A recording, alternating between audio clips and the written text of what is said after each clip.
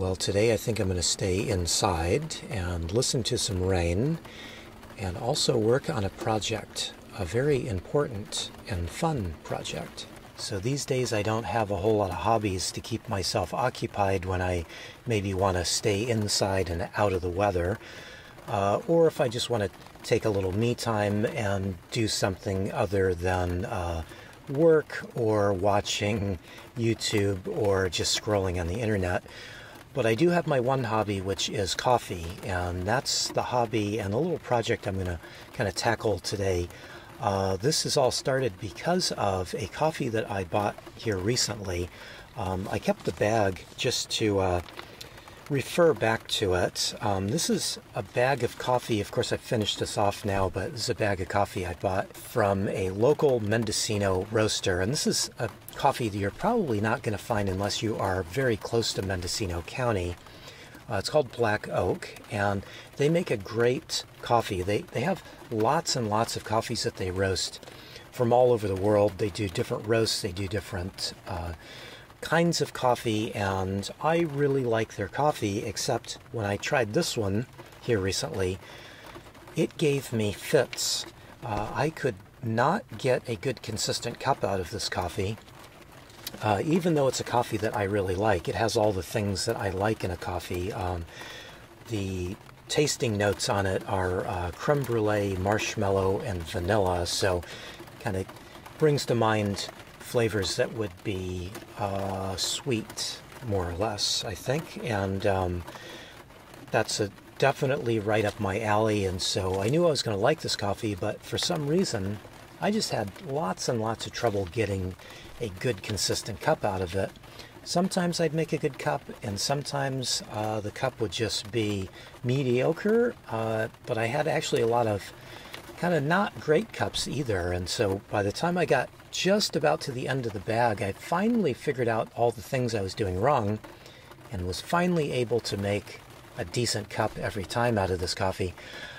So I wanted to try another bag of this brand just to see if it was going to give me some problems again. Now, I did decide not to buy the same beans again. I went with a different variety of beans. This is still a light roast from the same company, but this is a coffee that I should probably like, Mexican coffee, and tasting notes again are kind of tasting notes that sound pleasurable to me.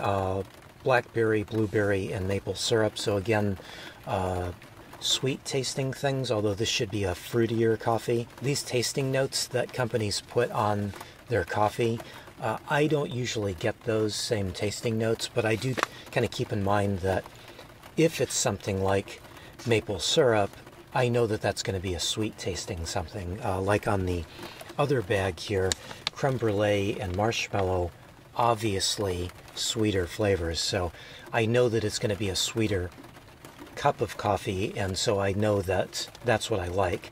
So I don't pay too close of attention to those tasting notes because I doubt that I will taste blackberry or blueberry in here, but I'm hoping that the sweetness comes through, and that will mean that I'll like the coffee. So I just want to see if another type of coffee that they sell is going to be either easier for me to brew or hopefully not harder, and hopefully this is not going to give me the same trouble that previous bag did. Now, before I get into brewing, I have taken some steps to hopefully help the final cup be as good as it can be, and that is by getting a new coffee mug. I've had my eye on this mug for quite some time, and I finally went ahead and bought it. This is from a company called Clean Canteen, and I think this mug is actually quite fetching.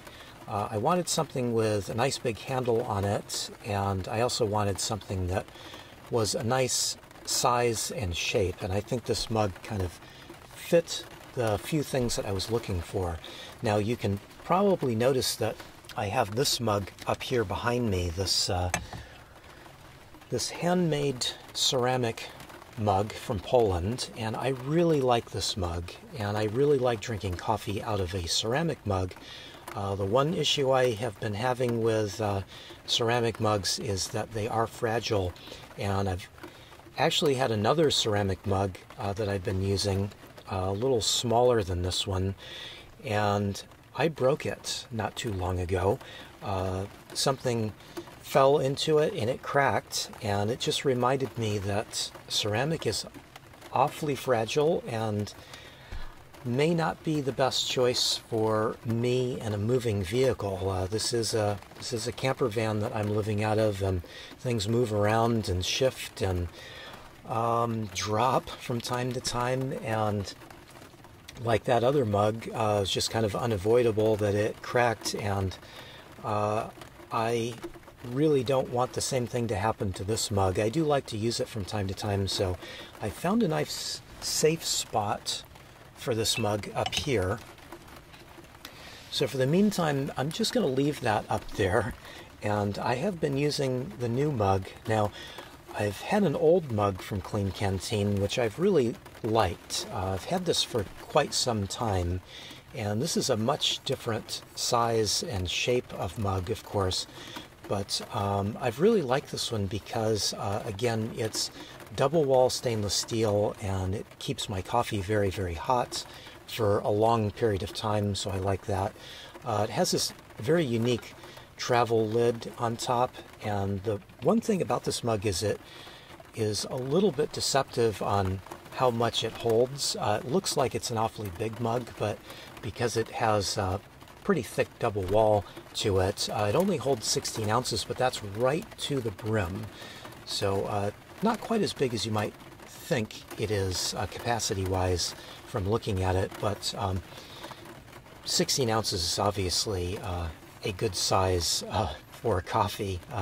Probably don't need much more at one time than 16 ounces. But anyway, this has been a great mug. To personalize it a little bit, I've got my sticker on the one side, and then I actually have an Olympia coffee sticker on the other side, much like the black oak coffee that we're going to be brewing up here.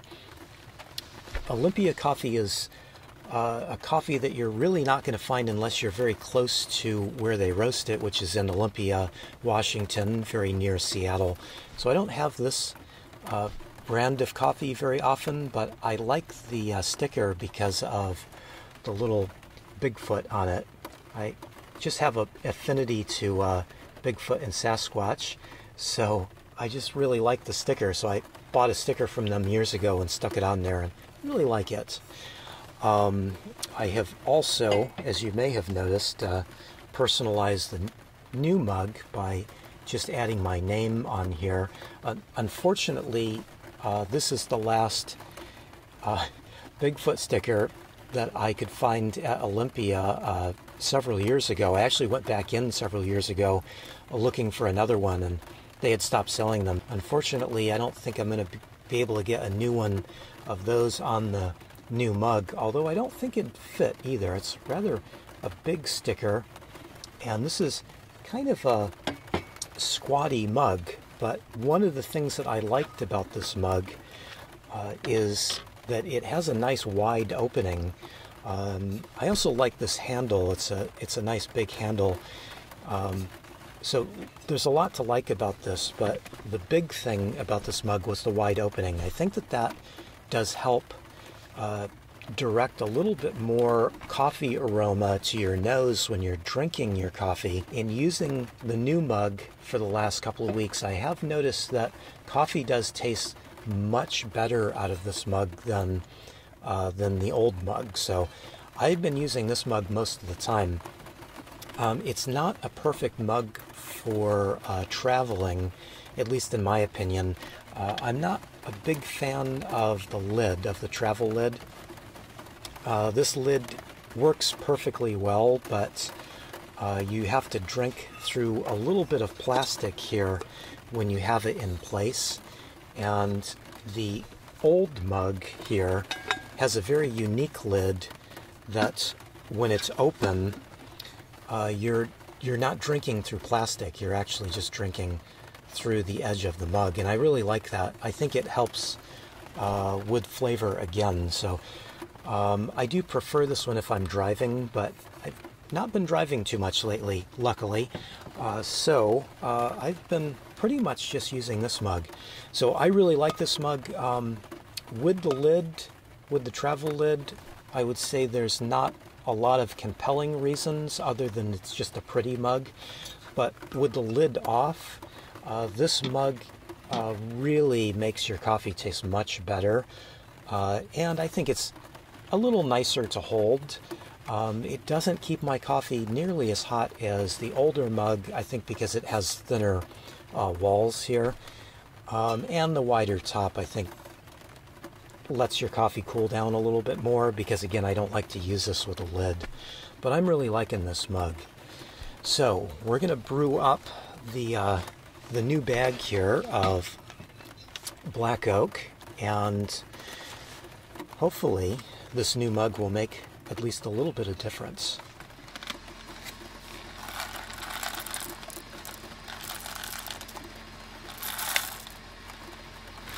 You know what's really interesting here? I've never had this happen before, but as soon as I opened up this bag, I swear that I smell blueberries. That's what it says on the bag. Blackberry, blueberry, maple syrup. Wow, I'm pleasantly surprised.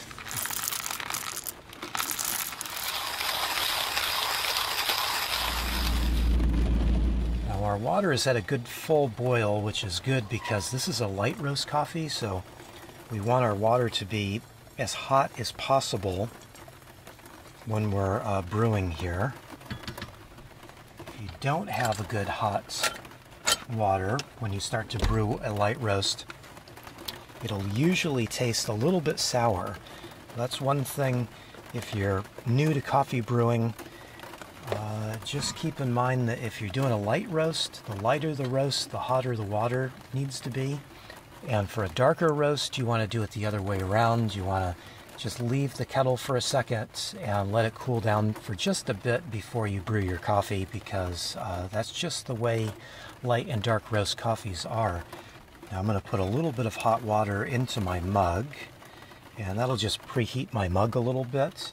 That's something that I find helps with flavor along the way too, because if you put hot coffee into a cold mug, it'll kind of shock the flavor down a little bit, and I just think it tastes better if you warm up your mug first. I've got my timer set, and I'm looking at about 4.5 minutes of brew time. With pour-over coffee, it's very important to kind of keep to that brew time. If you go over 4.5 minutes, you can sometimes get a bitter aftertaste out of the coffee. The water and extraction starts to pull some acids out of the coffee that are bitter tasting. So if you don't like that bitter taste, definitely keep in mind that 4.5 minutes. That's as much as you really want to do. Now with the AeroPress, you don't really need to be too concerned about the time quite so much. For some reason, the AeroPress makes a really good coffee, even if you're a little off on the time.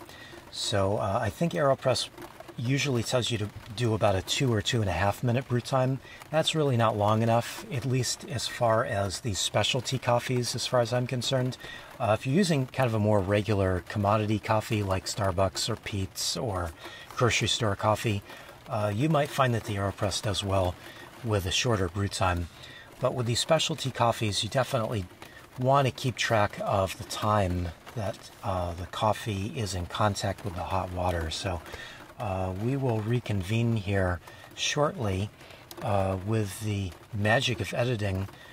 We'll be back in about 4 minutes from now. Okay, we're back, and it's been just about 4.5 minutes. The one little issue I've had with this new mug is it is too big for my AeroPress. If I put my AeroPress on it, the AeroPress kind of falls down into the mug, so there's no way for me to press my coffee through into the new mug. But I do have a backup plan. There's always a backup plan. I use this little steam pitcher that I have. I use this for various other things. So this fits the AeroPress nicely, so I can just press my coffee into here. And we're just going to do a nice slow press. I'd probably press this a little faster than AeroPress recommends, but again, I'm kind of keeping in mind that time frame, that 4.5 minute time frame, and since I've been chatting with you, I'm getting a little closer, maybe just a little over 4.5 minutes now. So I want to get this pressed and done. Now let me dump my hot water out of my mug, and then I can pour my coffee into the mug here.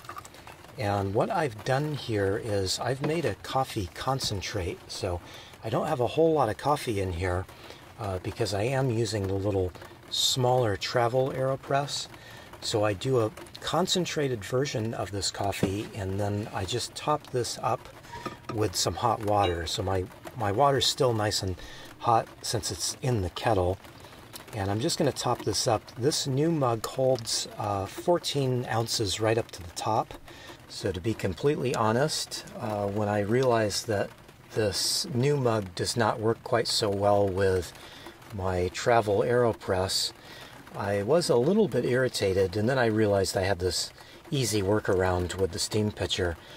But it's still a little bit of an irritation for me to have to transfer coffee from the pitcher to the mug, especially on a really cold day.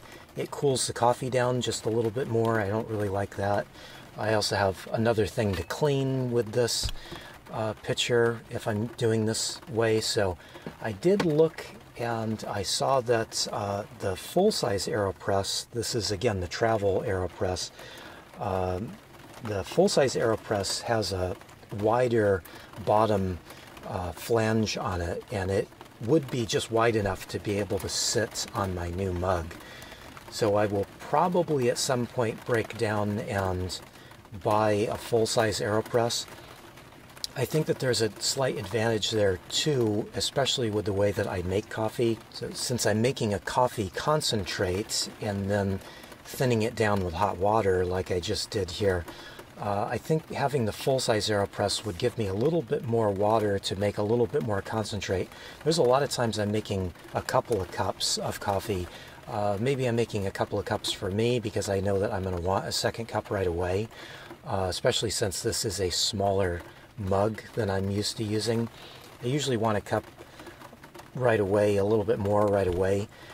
So a lot of times I'll make 2 cups, but often I'm making another cup for somebody else that happens to be around, and so I think I would prefer to have a slightly bigger AeroPress so that I can make just a little bit more concentrate. Even though it is a little bit smaller than the full-size AeroPress, it works really well, and I highly recommend them. This is my everyday coffee maker.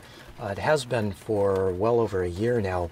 I just really only use this coffee brewer because it works so good. And now that I've stalled a little bit, my coffee should be cooled down sufficiently so that I can get a proper taste on it.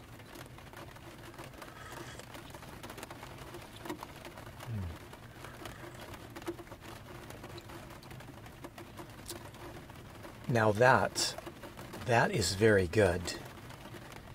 We made a good cup of coffee here today, probably because you're helping me. I guess that would probably be it. You know what's interesting? Again with the blueberry, this is strange, and I probably wouldn't think this unless I read blueberry on the bag, but I could swear I taste blueberries from this. I definitely get the maple syrup too. This is a first for me. And this coffee is very good. Wow, this coffee is very good. I'm very pleased and very happy with this. Now normally I drink my coffee with some cream, and lately I've been using some heavy whipping cream. This is the one I have at the moment, and I think it's actually past its use-by date. So don't look at the use-by date. Hopefully that doesn't show up on camera because it is well past the use-by date. But that doesn't bother me. It's still good. I actually keep my fridge incredibly cold, and so I do find that things last much longer in here. Not so great for greens and vegetables and things like that, but certainly really good for half and half and heavy cream. So I'm going to give this a try now with the heavy cream in it, which is the way I like it usually.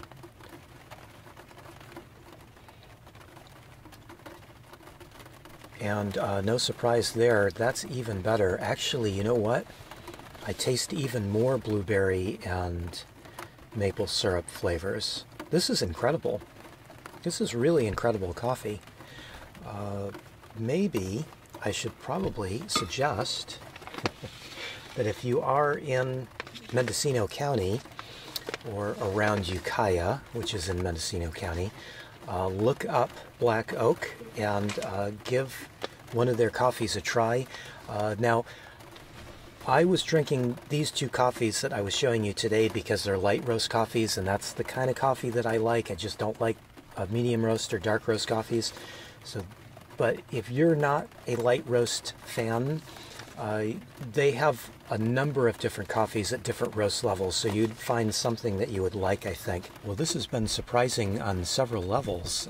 I really thought that I would have to make 2 or 3 cups at least in order to get this dialed in and to get a perfect cup of coffee, but we seem to have hit the perfect cup of coffee straight out of the box, and or straight out of the bag, I guess I should say. In sipping on this, I would say this coffee tastes just as good without cream as it does with. I probably didn't need to add the cream.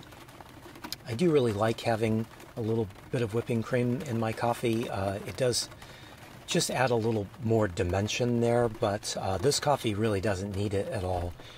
In fact, I'll probably make a second cup straight away here and just drink it straight up to enjoy the flavor of this coffee a little bit more. But yeah, this has been a very surprising, happy surprising day here with this, and hopefully you have found a little bit of enjoyment out of this like I have. I've actually had quite a bit of enjoyment out of this, and I'm going to enjoy the rest of this cup.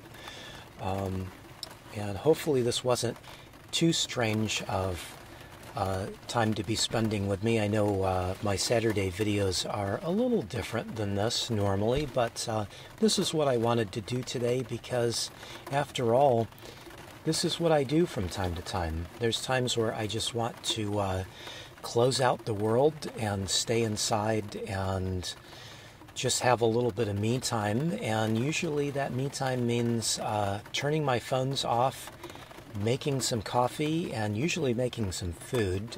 That's probably something I'll do later today too, but we'll do that on another day when I want to hide away from the world. Maybe I'll bring you along. That's not exactly hiding away from the world though, is it? But this is what I do, so I did want to share it. So thanks for watching today. I really appreciate it.